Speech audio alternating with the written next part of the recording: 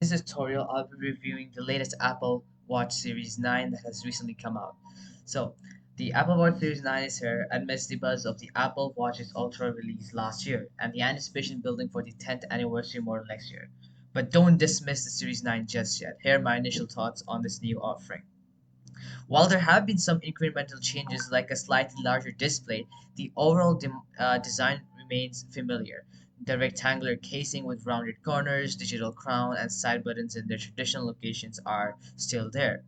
It would have been great to see the action button introduced with the Watch Ultra in 2022, but that's not the case this year.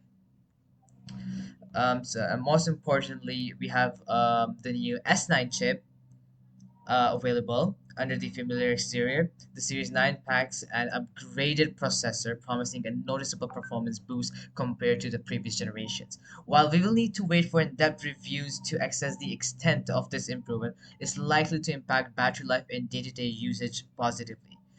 Then there's also a new feature that is exclusively limited to the S9 latest chip, and that is the double tap feature. This allows you to perform various functions by double tapping your thumb and index finger together, offering a fluid and natural experience.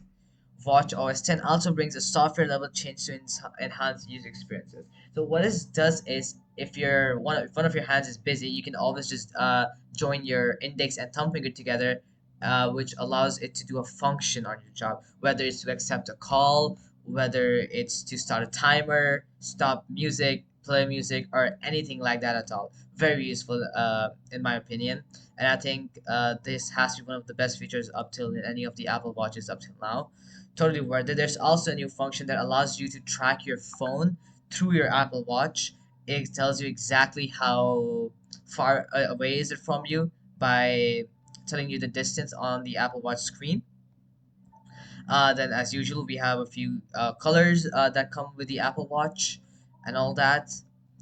And yeah, that's mostly all about it. And like I said, the double tap feature is exclusively limited to the latest S9 chip that has come out with the latest Series 9 watch.